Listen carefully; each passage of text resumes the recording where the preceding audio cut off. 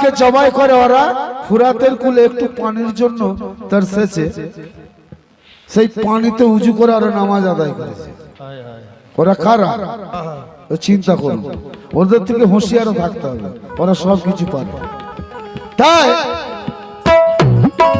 আল্লাহ যাদের থাকে আসমানে তাদের হবে থাকি সাবধানে।